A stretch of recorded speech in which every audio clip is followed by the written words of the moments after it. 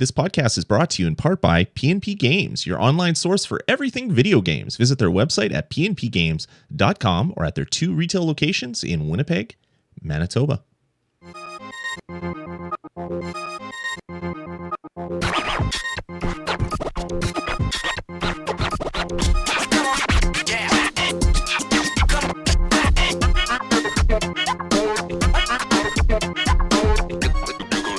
All right, everybody, and welcome to the Nintendo Pulse Podcast, episode number 52. As always, I'm your host, Lloyd Hannison. Joining me on this, on the birthday of his nation, the, 2013th birthday of your nation, as people are posting on Twitter, which just makes me, want to laugh, but I end up crying. Oh my God. I end up crying. Wow. Did you see all that stuff? No. There's a lot of tweets. That's pretty funny. Yeah, there's a lot of tweets going around where people have basically done screen captures of people as like, "Oh, happy birthday, America! You're 2013 now." It's like, what? Are you so stupid that that isn't actually a thing? Yeah. Yes. Anyway, 4th of July, we're recording this one. Steven, how the heck are you? Now you're probably depressed about your country. Very disappointed. It's what's funny is that, like, when you contacted me a few days ago, you're like, "Oh, we should probably, postpone the show this week because, it's on the 4th of July and stuff like that. And I know that it says here." And I was like, "I fucking hate America. Let's do it." And I was joking, but no, it's actually true. Yeah, they've ruined it for you. America's been ruined for you. I was on the fence after the Texas GOP bullshit, and now I've been pushed over. Wow, you're now dead. It's dead to you. It's dead. This country's dead. You should come to Winnipeg. Come join me up here in Winnipeg. I'll totally do that in the summer. Cool. It's actually not that bad right now. It's 31 degrees out there, Celsius. It's actually we're in a bit of a heat wave. That is hot. Yeah. Comfort 31 C2F. I think it's like 92. We're at about 30. No, sorry, 88. Yeah, we're about 35 today. So holy crap, that's weirdly cold for whereabouts you live. No, I'm back in Celsius for you. Oh, okay. Wow, never mind. Dirt. This is gonna be a fun show, apparently. Yeah, I do. I'm pretty good at doing those conversions in my head at this point. So nice. Wow. Well, you talk to people that are outside your country. Yeah. So you kind of have to do that. I do. This is weird. I'm getting one of my fans here is just spinning up on my computer like crazy. I don't really know why that's happening, so I'm going to try to close things down while we're talking. Anyway, let's get into the show. Has it right here. He's saying, "Now I'm a citizen of Animal Crossing New Leaf," and yes, my town. I'm now a citizen. I'm the mayor of Stetson. Nice. This is my town in Animal Crossing, so I think that's where I'm going to live now instead of the U.S. Nice. Well, enjoy that. Hopefully, they pay well, not just in bells, because I don't see anything that I'm lacking there. I spend all my time there, so I'm not starving to death yet, so it must be okay. I think I've eaten 3 peaches so far since I moved in. Oh, damn! In June, so. Damn, that's a lot of food. Yeah. And I saw on Twitter today that you try to feed bugs to your people when they ask for food. Yeah, she asked for a pear. The gorilla, Violet the gorilla, asked me for a pear, and I came up to her and I'm like, "Okay, here I have a pear," and I talked to her. And my inventory opens up, and you know how one of the interesting things about this is it took the graying out of items a step further than the Wii version did. But when it comes to giving Violet a pear, all the fruit and all the insects were highlighted as options. Oh, really? Inventory. And so I stopped, and I'm like, wait a minute. This means I can actually give her a bug instead of the pear that she wants. I guess it's technically edible, so yeah. Sure. And she's a gorilla, Yeah, right? they eat. What is she gonna know? To her, it's food is food, right? Yeah. So I picked an evening cicada and I gave it to her, and she takes it and she goes, "But this isn't a piece of fruit. This is an insect. I don't even eat insects when they're inside of fruit." She sounded so dejected and disturbed. And then two pages of of dialogue after that later, while she's still reeling from the surprise. She says, "I mean, I guess it looks like it would probably be chewy, but it's certainly not a piece of fruit." Oh I yeah. posted that one too. You know, That the writing in this game just makes me laugh out loud numerous times it when I'm playing. does. Like just the stupid comments they make. It does, and it's like, you spend all this time like laughing at Jim Gaffigan and Louis C.K. and stuff like that, Mm-hmm. and then you get a game like this which isn't the slightest bit blue, Mm-hmm. and It's still just really laughter all funny. the time. Yeah, Jeff Ward, the co-host of the bonus stage I do every Friday night, he was telling me about a story where he was riding the boat and he didn't know you could skip the songs that the guy was singing. He's like, "Oh, it takes so long to get to the island." I'm like, "Well, you just mash all the buttons, and eventually he'll stop singing and scold you for being like impatient." Yep. But he's like, "Well, you know what? It's not too bad all the time because this one time, mid song, he farted, and then the rest of the song was about him having gas." And I'm just like, "What? Really? That happened?" He's like, "Yeah, totally. It totally happened." It's like, "Oh, all right. I guess they have flatulence on Animal Crossing." Yeah, I tweeted a picture of that piece of the song. Oh, that's funny. I've missed that one. I'm gonna have to watch it a few times to catch that. The text of my tweet, aside from the link, was just "lol what." Oh, Animal Crossing. I love you. Yeah. You're such a good game. It's a crazy good game. Cool. All right. Well, let's get into the show. As we said at the start of the episode, we are sponsored by PNP Games. If you're looking for video games here in Winnipeg, they're the best shop to go for used and new games. But if you're somewhere that's not Winnipeg, they have a great website, pnpgames.com. You can buy new, used games right from there. They have all systems, all eras, all genres. So check it out if you're looking for some retro games or even just for some of the latest hits over at pnpgames.com. Now, just as an example, what if I were looking for a factory sealed copy of Super Princess Peach for a family member? You know, they did have that. They don't have it now because I bought a copy for my daughter for graduating from kindergarten. I got her a game. I got her a factory sealed copy of Super Princess Peach for the Nintendo DS. The game came out in 2006, and yes, they were able to source a new copy for me and bring it in Excellent. and get it to me. And it was $50, and it was worth every penny. I would have paid 10 times that because the look of just elation on her face when I gave it to her was awesome. So yeah, PNP That's Games great. rocks. They're awesome. So check it out, pnpgames.com. Cool. All right, dude. What you been playing? Well, I've been playing a lot of Animal Crossing this week. Animal Crossing for 3DS, Animal Crossing New Leaf, of course. I just tonight, this afternoon, started a public works project to put a cafe into my town. Nice. I just did mine 2 nights ago, so I've gotten coffee the last 2 mornings. Cool. And then I paid it off about 2 hours later after a trip to the island. Yeah. Which was cool. Mhm. So that should be built tomorrow morning. Nice. And I filled my town with trees with specially cut paths through them, and then quickly realized that it's very, very difficult to find buried objects in a town that's heavily planted with trees. Yes. So still trying to get that golden axe and still going through lots and lots of axes, cutting them all down now and making them a bit more aesthetic. Have you found any bugs that hang out on stumps? Yes. I haven't. I purposely cut a little patch of trees, and I've not yet seen one of the bugs. And there was one in June that I missed, which doesn't come again till like September or November. I missed one too. I missed the violin beetle. Yeah, exactly. It's supposed to show up on mushrooms when the mushrooms grow. Right. But I didn't have any mushrooms until July 1st, Oh, which was a pain in the neck. So I disappointing. missed that one, and I'm not going to time travel. I'll just wait till next year. So the stump bugs that I've seen, though, have been on the island. The easiest way to get them is to go to the island, the tropical island, and cut down one of the trees in the middle. Sure. That makes sense. And leave a stump because you get so many bugs, like such a high spawn rate for bugs there. Yeah. And then Oh. I get bugs on those stumps all the time. That's a I great have idea. since uprooted all those stumps.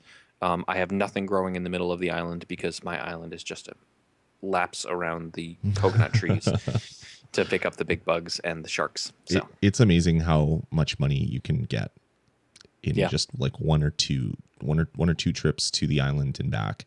What I did is prior to July, I remembered it's like, oh yeah, you get interest for your money in the bank. I was like, okay, I'm going to save up 1,000,000 bells. So I went back and forth a few times. I put 1,000,000 bells in the bank, and I was like, oh, this is going to be great. I'm going to get 10,000 bells for free. This is going to be awesome. Apparently, the interest rates have fallen in the game because I got 5,023 bells for having 1,000,000 and change in the bank. It's like, oh, all right. Well, that wasn't even worth doing. That will buy me 2 items at Super TNT or whatever it's called now. Yeah. So yeah, the interest rate. I thought it was like 10% or something crazy in one of the games. Maybe I'm going crazy myself. But yeah, so I got a little bit of interest and then said, well, enough of that.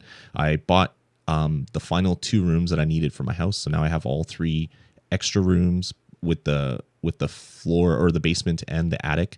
So I can now, I think, design my house to be one of the special designs, I believe.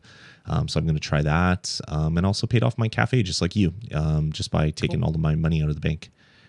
It's pretty cool. I love this game. I'm playing it right now. I'm actually going into my cafe so I can put it on screen. Here we are. I have the 5 extra rooms built. The north, east, and west, and then the upstairs and downstairs rooms all built. The room on the left is at full size, and the room at the top, the north, is I think 1 step up from the smallest size right now. Nice. There's Brewster. I see him. There he is. I'll go. Wow. It's really hard to control it when it's backwards and then mirrored because I'm looking at my video feed. That's cool. And he can't serve me any more coffee because he doesn't want to contribute to stunting my growth, I guess. Ha. Yeah. But yeah, I like it. I really like the game.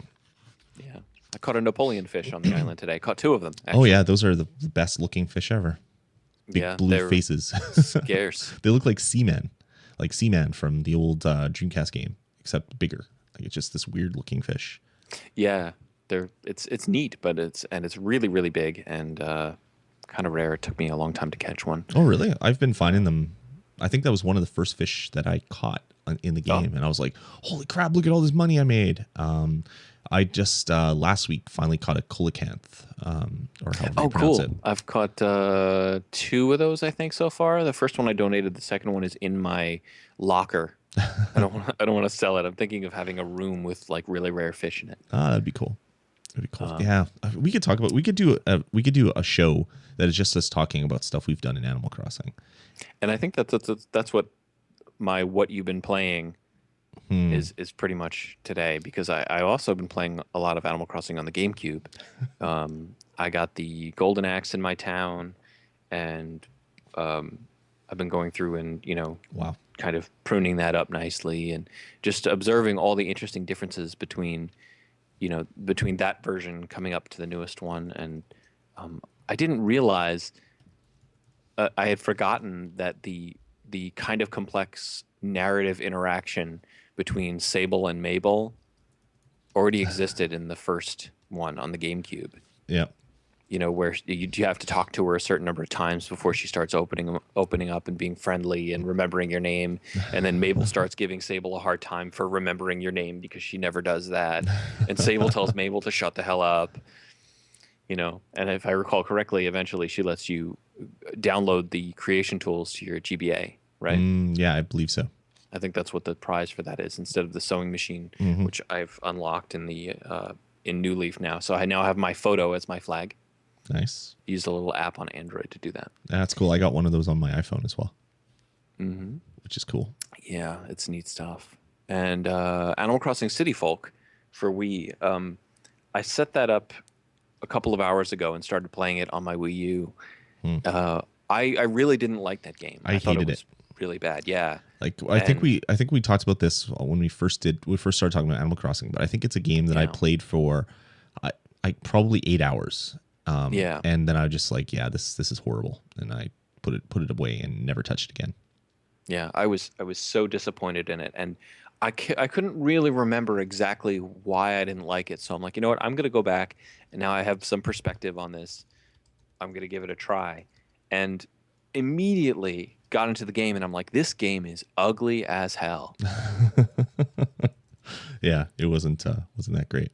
and my town looks all muddy and stuff like that. And I realized that they were already doing the grass degeneration stuff in the Wii version. Hmm. I thought that was new for the 3DS Oh, because it just wasn't new based for, on the I'm thinking it's not because just wow. based on the fact that there are worn brown muddy paths through the grass all over the Wii version. Hmm. And Interesting. the areas where I didn't really walk, like behind the cliff or in the corners, they're all still nice and green. So the only thing that makes sense to me is that the grass was wearing away. Hmm. Um, So this and it game has just been looks really deep terrible. for many, many years, and we never even knew. Yeah, there were just all these things that were so invisibly implemented, um, and it was so like the Wii version has all the same. It's the same graphically as the GameCube version. It's just higher resolution, Hmm. and you would think that that would be a good thing. But when you look at the 3DS version, where the character models have been redone and they look so much more, there's so much more personality there, Hmm. you know. Hmm. But yeah, I mean, I'm. It took me a while to get back to being used to the controls because Animal Crossing is not something that lends itself well to a Wii remote and nunchuck. Right. Um, but yeah, so I'm gonna spend some time with that and see if it can woo me back because I didn't really play very much of it, just like you. Because you're not playing enough Animal Crossing in a day. You need to play 3 hours in 3 different games every The day. problem is that my battery on my 3DS XL does run out eventually. That is true. That is true. And then I can't stare at that little screen so much when I'm in bed. Mm, So I turn on the TV and play it on the GameCube, and then now when I'm in the living room, I can play it on the Wii U. The other thing I want to talk about is Super Smash Bros. Melee because for some reason a while ago I sold my copy of Super Smash Bros. Melee, and I decided I wanted to get it back because it was a really good game. You would think it would be a simple matter of going to one of the many, many places where you can buy a used copy of Super Smash Bros. Melee for $30, complete in box, and buy it. hmm. And that would be as simple as that. So I did that. I ordered a what was listed as a very good copy of Super Smash Bros. Melee from Amazon Sure. from a third party seller. They mailed it to me, and it was in terrible shape. It was filthy. The case was gouged up. The manual was okay. The disc didn't look too bad, but there were scratches in the boot sector area in the middle of the Oh, disc, which you can't resurface. yeah. And the game wouldn't boot. So I contacted them, and after a couple of messages back and forth, they refunded my money and told me I didn't even have to send the game back, Oh, nice.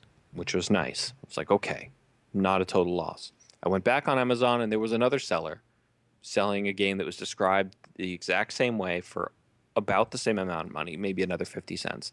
I ordered that one. It came in even worse shape. I mean, it looked like it had been through a mangler. The manual was completely missing. There was no manual at all. And the disc, I mean, I took one look at the disc and I knew that there's no way the game on here was ever going to play. It was so badly scratched. It's like someone had dragged it across pavement or something. And it was bouncing around loose in the box. The disc had been bouncing around loose in the box. So it took them like a day and a half to 2 days to respond.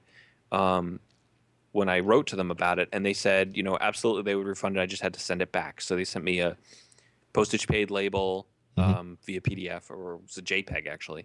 And I printed that and pasted it on and mailed it back off. And there's no tracking on that item, which is a bummer. I'm not paying for that. Yeah. But we'll see. You know, if they claim it never made it to them, I'll be going through Amazon to get my money back because I took a picture of it before I mailed it out and everything. So, Hmm. finally, I'm, I I'm, talked sup- to a friend of mine. I'm really surprised that it's so hard to find online.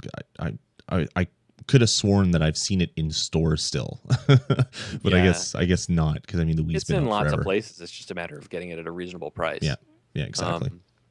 So I ended up buying my friend Adam's copy of Super Smash Bros. Melee along with a bunch of other of his GameCube games that he had Nice. that he didn't want anymore. Anything? He needed Anything some else money, good? so I threw him $100 and took a stack of his games. Very nice. And so now I have that game again, and it's in fine shape. Nice. I got some GameCube games recently as well. I got Star Fox Adventures just because it's horrible, but I wanted Cool. to Yeah, I wanted I to have play it that one again. too. What else? I got Gun, which is one of my favorite Western games that has ever come out. It was a lot of That was fun. fun. I It played was it. fun. It's so underrated. Oh yeah, it was great. I played it on the original Xbox and never played it on the GameCube. Now I have the GameCube version. And then along with those two games, there were 3 or 4 games that were basically bought from video stores when they closed down. So they have no manual, they have no box art. It's just the disc in a case, and most of the cases are broken, so the discs rattle around. But it's like Resident Evil 0, what is it? Star Wars Bounty Hunter, and a couple other games which are just like kind of throwaway stuff. But it's like, I'll take them if they were free. I might as well take them. They were kind of just thrown in for $15. I got all of them, so I was like, I wasn't gonna not take them. And then I realized I sold my GameCube, so I don't even have a GameCube. So I'm gonna have to hook. You can play them on your Wii though, right? Yeah, I'm gonna have to hook my Wii back up, which I disconnected because I transferred everything to my Wii U. I didn't think I needed it anymore, but it's like, damn it. Okay, I'll have to dig out my Wii and put it in, and then start playing some of that stuff again. Well, the Wii's a better GameCube anyway because the component cables are a hell of a lot cheaper. Yeah, very, very true. Very true. Yeah, and the Wavebirds still work with it, which is a necessity for me. Yeah, cool. So continue. You got all those games for your friend, and you're enjoying them. Yeah, I tested a bunch of them out today, and I tested all of them out today, and they all seem to work just great. Well, I didn't test out Prince of Persia: Sands of Time yet, Right. but they're all in good shape, so I'm not worried about it. Well, that's awesome. Good stuff. All right, so that's it for you.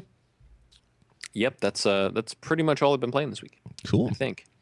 Well, I've been playing Animal Crossing. I've been playing Animal Crossing, and I've been playing Animal Crossing. I've been playing some stuff on my iPad, and then I play more Animal Crossing while doing stuff on my iPad. So it's been really weird that I'm playing 2 games at once because for some reason I'm so freaking addicted to this game, just like you, Steven. But I'm only playing this one game. I'm not playing it on 3 different consoles. So Yes. maybe I'm not as addicted, I guess. Besides Animal Crossing, I am still tooling around with my Ouya a bit. It is what it is. I don't have much else to say about it. And this week I picked up Mortal Kombat, as we were doing earlier, on both the PlayStation 3 and my Vita because they were on sale for $5 each if you're PlayStation Plus members. So I got the $5 version for Vita and the $5 version for PS3, and I'm having fun playing Mortal Kombat 9 or just Mortal Kombat as it was released in stores. This one game that I wanted and I just never got a chance to pick up when it dropped down to $20, and now I got 2 separate copies for $10. So I was pretty happy about that. So showing Nick what Mortal Kombat is, and it was really awkward when I did my first fatality without thinking, and he's like, "Oh, you cut a guy in half and you can see his guts." It's like, damn, I shouldn't have let my muscle memory take over there. Yes, that's stuff that happens in this game, and you shall never see it again until you're a little older. Wow. Yeah, it's So weird. we take that stuff for granted, you know? Yeah, it's like it's amazing what muscle memory does. Like it's just like finish him. It's like do-do-do. It's like, oh, I cut him in half. I shouldn't have done that. And it's you don't even think about it because I mean I've played so much Mortal Kombat over my long years of playing video games that a lot of the stuff like combos and other moves, even on a new game, a lot of them still work. So it's just I immediately know what to do, and my fingers just take over for me. It's really, really bizarre. So yeah, that's about it. That's what I've been playing. I'm getting ready to pack up a bunch of stuff. I'm taking a few days off work and going to play some games. Just as a note here, there won't be any shows next week. So if you're coming for live shows, don't, because there won't be any. So sorry to anybody that hears this after already showing up for a live show. I have some stuff coming up later next week, so I won't be around to do the shows, unfortunately. So try to fit them in on the weekend, but that's pretty unlikely. It'll probably just be the next week. So we'll be skipping a whole week of podcast recording. So just a heads up for everybody there. And so I'm packing up some games and getting some stuff ready. And it's going to be fun. I'm going to be basically just spending some time not at work playing video games. So I'm looking forward to that. Cool. Really, really am. All right, man. Well, let's get into the rest of the show. To kick it off, we talked about this last week, and that was the petition to sway Nintendo to stop their region locking because they're now the only console that is doing region locking. It looks like originally when Nintendo was first contacted, they said they're not gonna comment on it. But then later last week or this week, I guess, when was it? The article was posted today. I guess it's an interview that IGN put up today with Nintendo president Satoru Iwata. Basically said that the reason for region locking is basically what we talked about. It's because of different systems, different rating systems in different countries, and different acceptable things in different countries. So what is in one game in North America might not be acceptable to be shown in Europe or Germany. I guess he's probably talking about Germany because that's one of the places that has really strict, and Australia. Germany and Australia, yeah. For Ken and Shane in the chat room, he can attest to that. So yeah, basically it's too tough for a game company making highly sophisticated software to put multiple ways to implement region locks depending on what game you stick in your console. It's not like the disc or the cartridge itself could say, "Hey, I'm a European cartridge." Oh wait, it does that.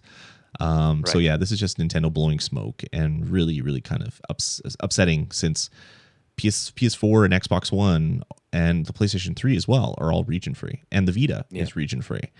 It's really crappy.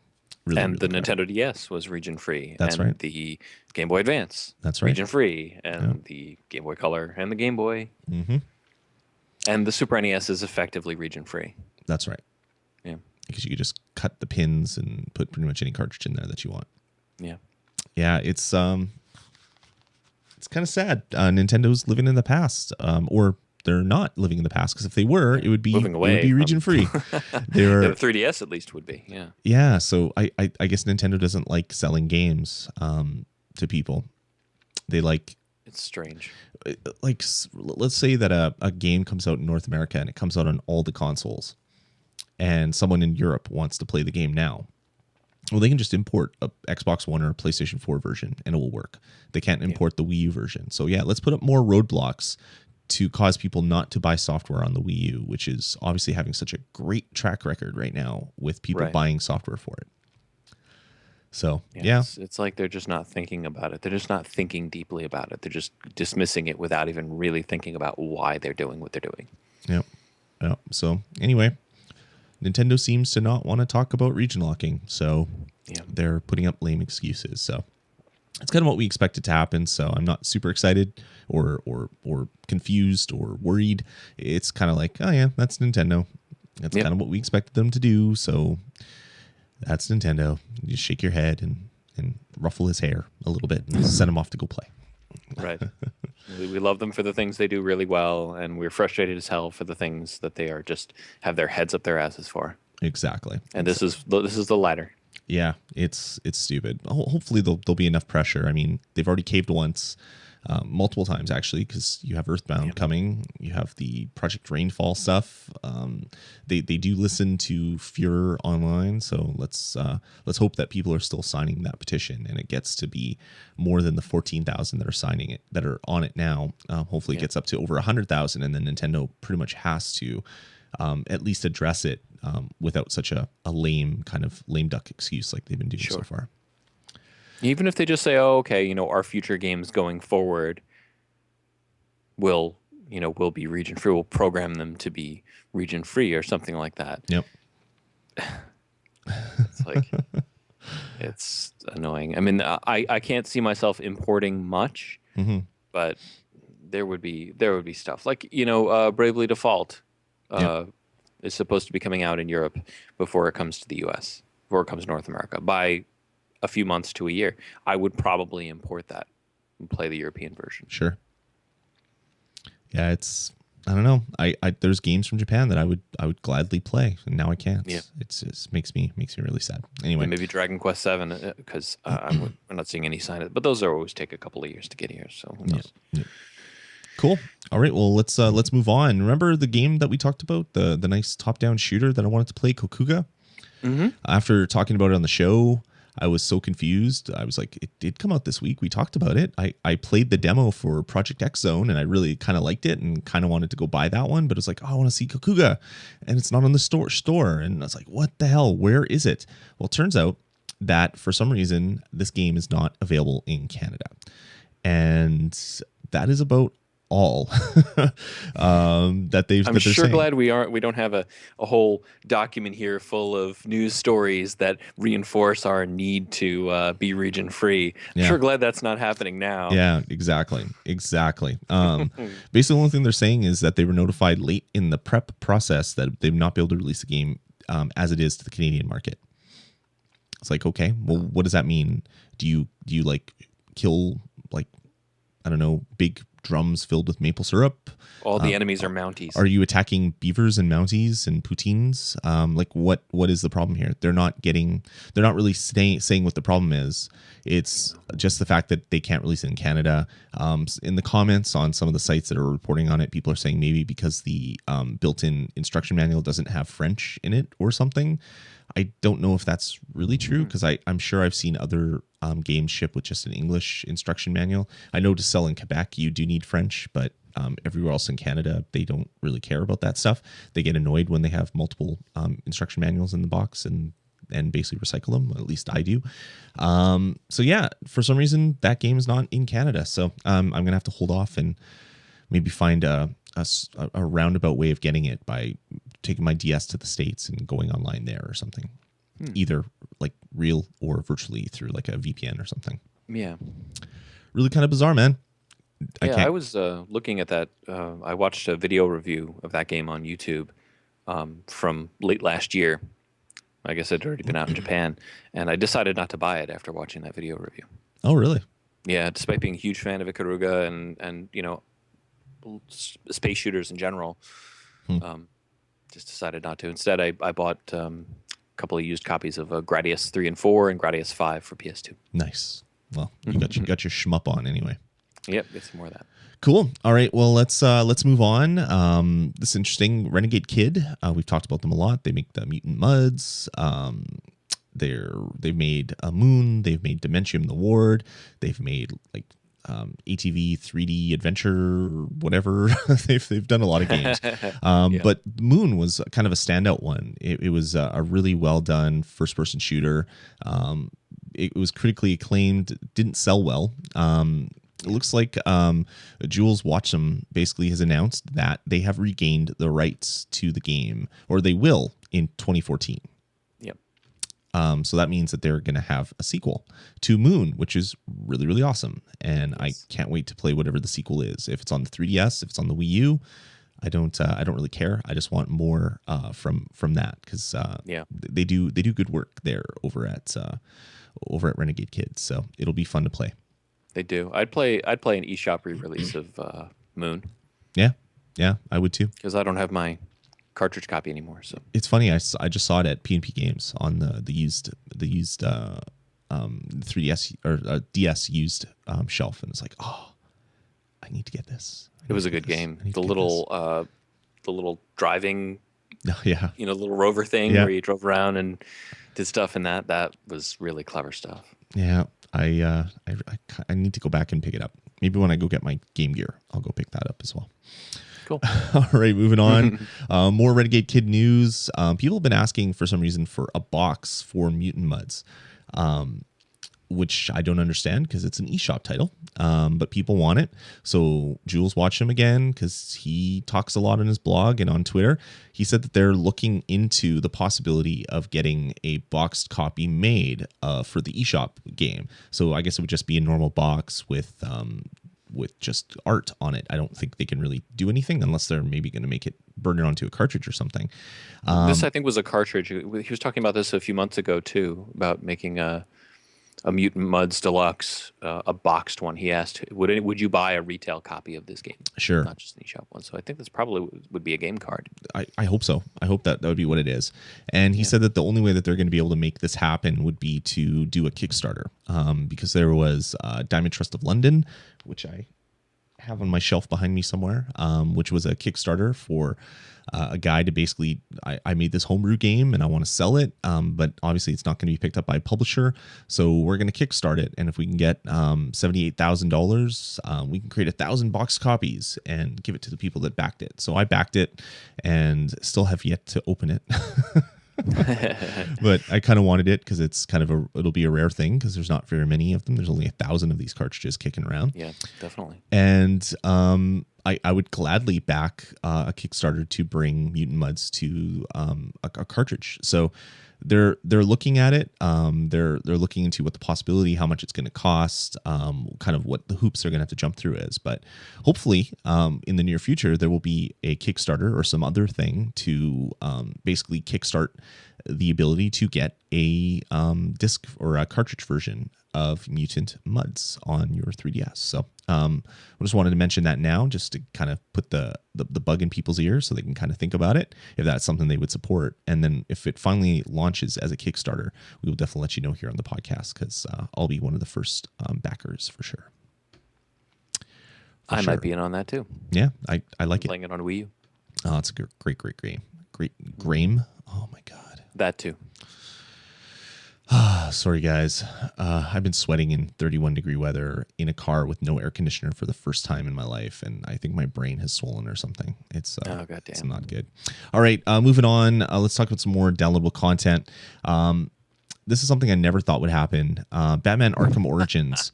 Isn't it terrible that we have to say that? Yeah, it's pretty much kind of what I thought would happen with this, because there's so many other games that it happens to. So Batman Arkham Origins, the Deathstroke DLC, will also be coming to your Wii U. So if you pre-order the game, you'll get access to the Deathstroke pack, early access to the Deathstroke pack, and it is coming to the Wii U.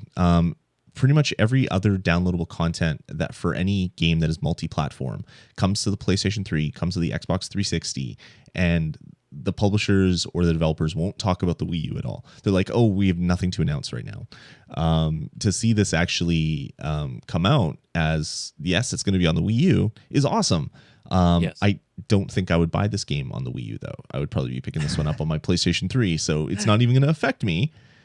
But it's cool to see that. Why would you buy it on PS3 instead? Because I like the controller for these types of games. I like the trophies. Just kind of that's the place where I play these types of games. Yeah. I would love to play more of this stuff on the Wii U, but I don't know. We'll see. Sure. We'll see. Maybe I'll buy it on the Wii U just to be that guy that buys it on the Wii U. So in the 12 copies they sell, I'll be one of those 12. Yeah. Yeah, a little unfortunate. So anyway, when it launches in October, you'll be able to get the pre-order downloadable content, and hopefully that means that other downloadable content that comes out for this game will be available on the Wii U as well. So maybe it's a little change of fortune for Nintendo and people actually supporting downloadable content. I don't think so. This might be a one-off, but yeah, we'll see. If this sells well on the Wii U, maybe that means other games will be coming out on the console, because there seems to be a distinct lack of third-party support. Yeah, I mean, I'm sure if Nintendo can start moving the consoles, then we'll start seeing these DLC packs, because there's no real cost associated with them putting these digital games up. So it's digital patches up. So yeah, exactly. If the game's on the console, I'm sure producing the DLC pack for that version is not that expensive. Yeah, exactly. All right, you wanted to talk about this one, about Japanese games and stuff that Nintendo's doing over there to spur some sales. Yeah, they have something they're calling a summer early purchase campaign, where if you buy Wonderful 101 or Lego City Undercover or Pikmin 3 in their first week after release, and you buy them digitally from the eShop, they are 10% cheaper than buying them at retail. And I think this looks like an experiment to me. And I think that Nintendo has been constrained by the same limitation that every other publisher has, which is that when you release your $60 game on your digital store, you have to charge $60 for it. Otherwise, places like GameStop, Target, Amazon, or whatever maybe might get upset with you, because you're undercutting them. You're undercutting your distributor, your retail partner. It looks to me like Nintendo earlier had this thing where you would get double points. You know what I mean? If you bought one of their games digitally, they'd give you double the Nintendo Club points for it. And now they're slightly shaving off a few dollars of the price. And I wonder if this is Nintendo seeing just how much extra they can give you for buying it digitally, because they've got to be making a lot more money on Yeah. these digital games Well, than on the totally. manufactured And then ones. there's also no used sales that will impact any other future people. Oh yeah. This is, to me, this is very similar to the US deluxe kit that comes with the Yeah. deluxe digital promotion, where you get 10% of your game purchase back as points, which you can then get vouchers. Sure. Which is kind of a sneaky way to say, no, we're not giving them anything. We're supporting them with points. You know? There's no discounts here. We're good. Come on, GameStop, sell our games. Right. Right. And I wonder if they're going to like keep gradually giving more and more until somebody starts screaming about it at Yeah. the retail end. Yeah. And then they'll pull back just a tiny bit and say, okay, that's the sweet spot. You know what I mean?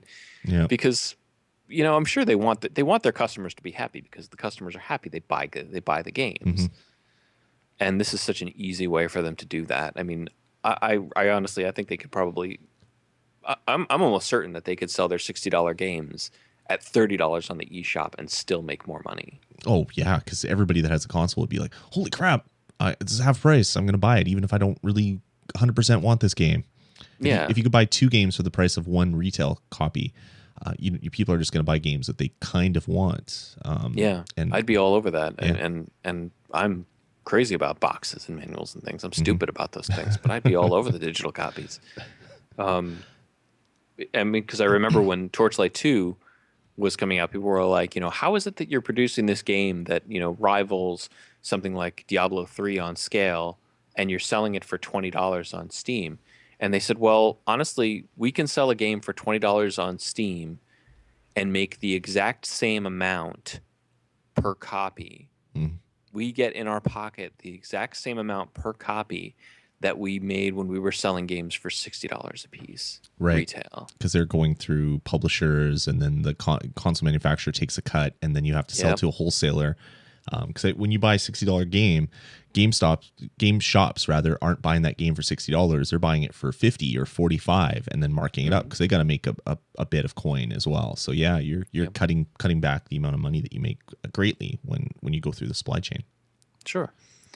And then you think of, I remember, I think it was Redigit who developed Terraria. Hmm. Now that's a Steam, for the most part, it's a Steam only game. Or at least it was until it came out on consoles. And he was selling that game for $10. Yeah. And I think that was the retail price, and that was $10, $9.99. It goes on sale very frequently on Steam for $2.50 or even less than that. Sure. And when that happens, the sales for these games spike so much that they make dramatically more, Hmm. even though the price is down that much lower. I mean, this digital is an amazing thing for this. People can make a lot more money, and I really feel like retail is kind of standing in the way. Totally. I mean, that's like the iOS platform. You get a game that's $3 and it's selling hundreds of copies a week, and then they drop the price to 99 cents and they sell 5,000 copies, and it's like, sure, you're getting less money per sale, but it's not like you're losing money. You're making more Right. money. You're selling copies to people that wouldn't buy it. It's not like you bought it for $2.50 and we're selling it for $2.99. It costs you nothing. It was your development time to release this product, and every sale that you make doesn't cost you money.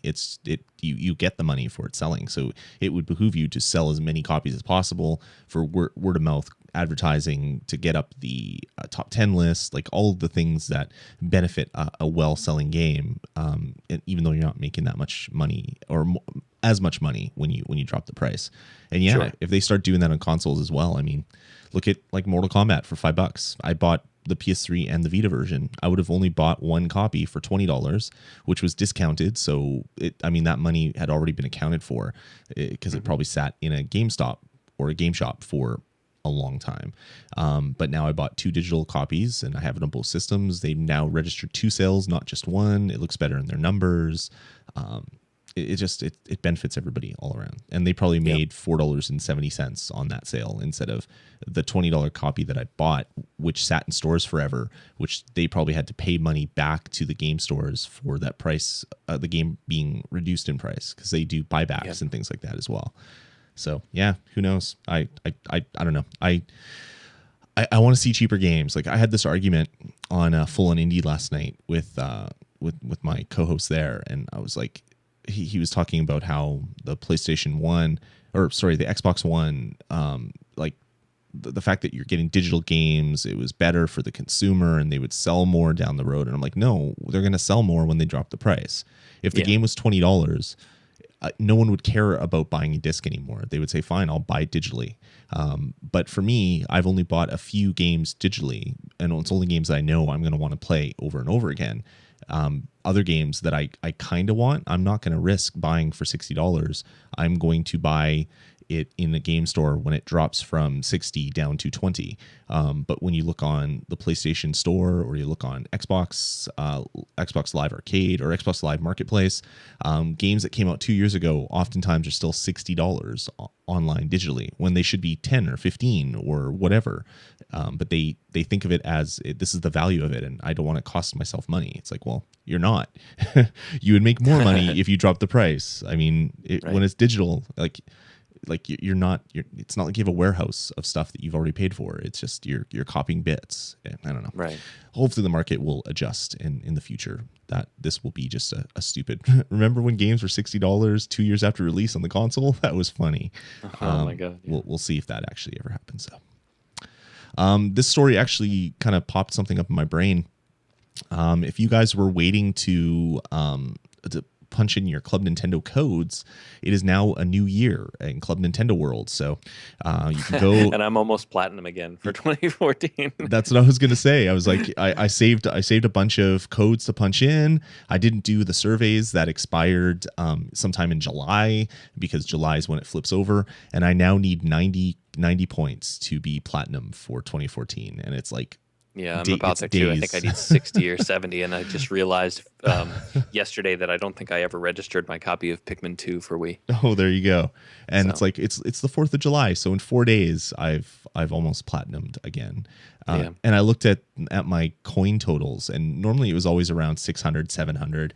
Last year it was like 1,400, because there was a lot of stuff around the Wii U, like extra points, like up the wazoo. Plus there was the 3DS. I think the 3DS, all the stuff for the ambassador program. I don't know, that would have been the year before. Yeah, I don't know why I had 1,400. It was just I bought a lot of Wii games, I guess, this year. And then now, 4 days into the new year, I'm almost platinum already. So I buy too much Nintendo stuff, apparently. I know why you had so many points last year. It was because you bought all those Wii U games digitally. Yes. They doubled up your points on. That's right. Zombie U and. Well, I didn't buy Zombie. I bought Zombie U as a disc. I did buy. Okay. I bought Scribblenauts. I bought Assassin's Creed. Buying Scribblenauts for Wii U is probably on the list of the 5 dumbest things you've ever done. I think it is right up there. I paid $60 for a game that I paid $5 for on my iPad. Yeah, and it was $7 the week after you bought it for $60. On Steam, it was $7. Yeah. That is pretty much the reason why I will never buy another Scribblenauts, except if it's on my iPad, and I will buy it. It doesn't matter how long after launch, but it'll be $5, and I'll be happy with that. It's crazy. All right, moving on. Enough talking about points. What's up next? Final Fantasy VI, Secret of Mana is on the Wii U Virtual Console. Steven, are you going to go download those? I would get Secret of Mana. Yeah. Because I don't have any way to play that legally. Oh, really? Yeah. You didn't buy it when it was on the Wii? No. Oh, okay. Was it on the Wii? It was on the Wii. I didn't know that. I'm pretty sure it was on the Wii. The one caveat with this is it's only available in Japan. Yeah. This week on the Virtual Console, we got Pilot Wings. So Super Mario Brothers. Oh, was there more? I thought there was only one game this week, and it was. I thought it was Super Mario Brothers came out. I could swear. Could be. Let me double check. Everybody was talking about Pilot Wings. So so Japan gets Final Fantasy VI and Secret of Mana, and we get Pilot Wings and potentially Super Mario Brothers as well. Nintendo, I read a huge article over at Polygon where they were talking about piracy of ROMs, and how it's not really us stealing from Nintendo if we play an emulator. It's Nintendo stealing from Nintendo by not making the digital versions available. And it was this huge essay about it.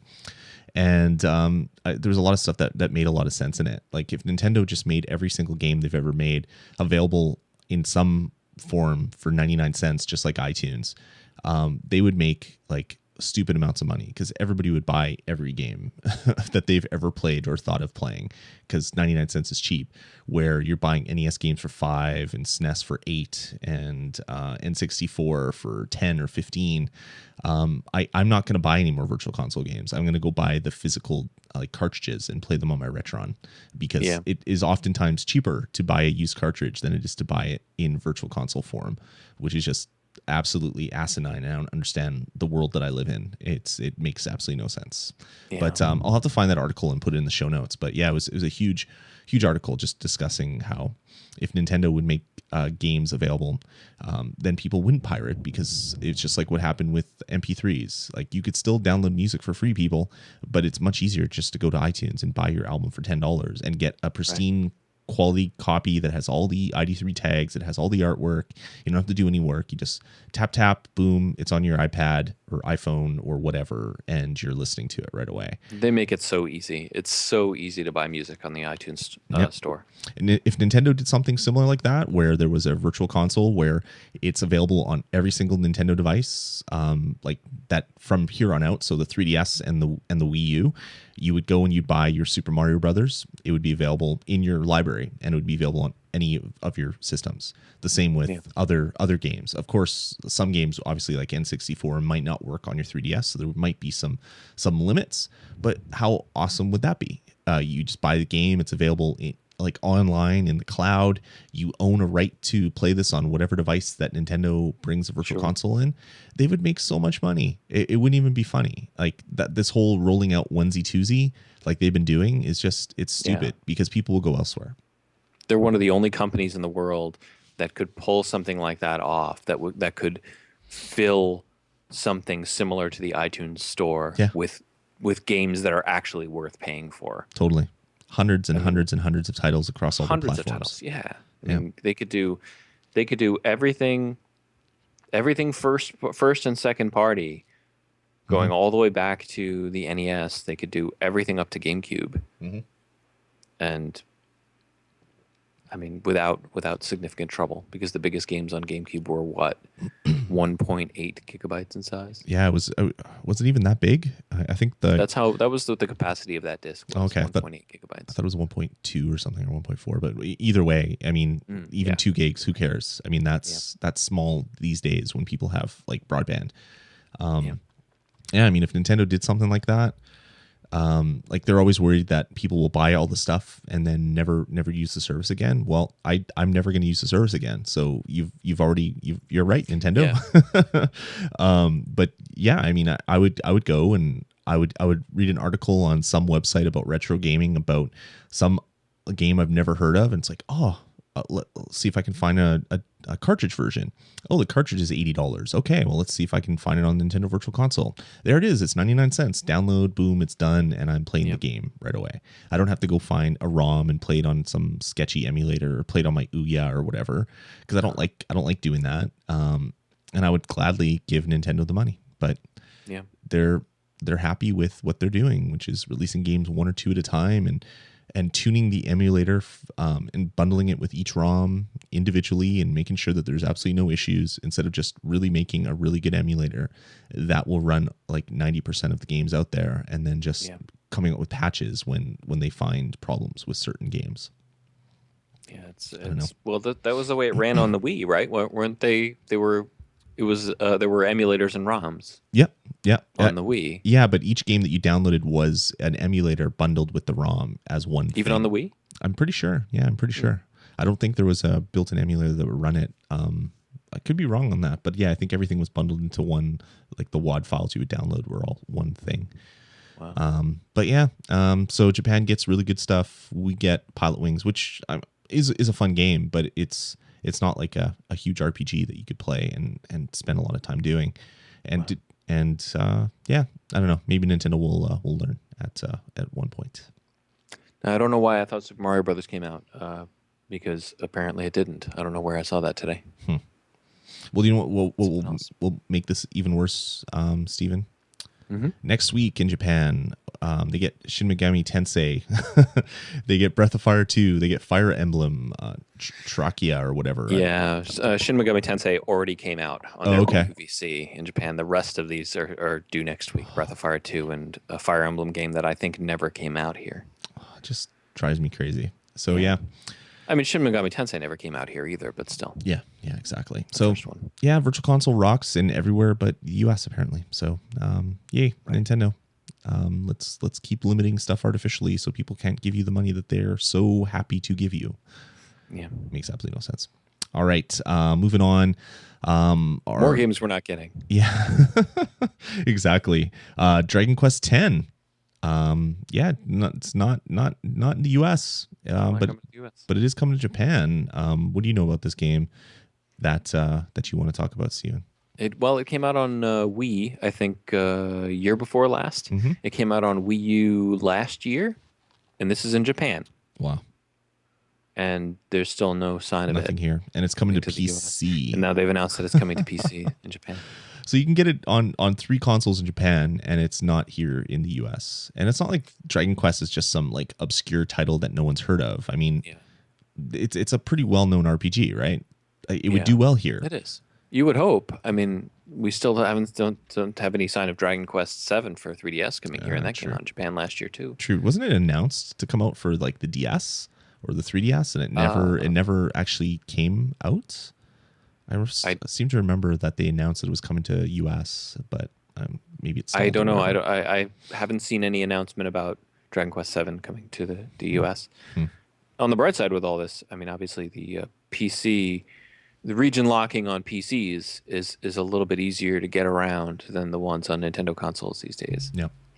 Seeing as how it doesn't exist at all on the PC, there's no region locking on PCs. So as long as you have a Japanese credit card, Mm-hmm.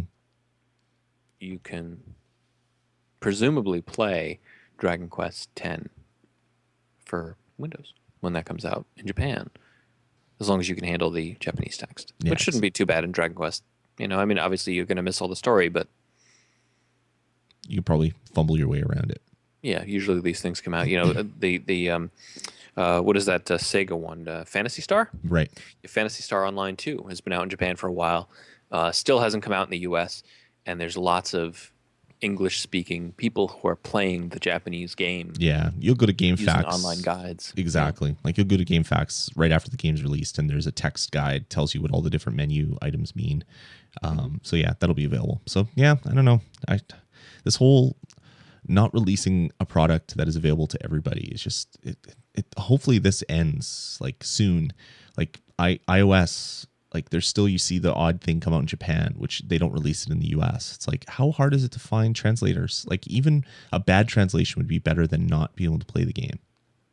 There has to be a solution, and you know, I'm hoping that Nintendo is leading on that because no one else is doing it either.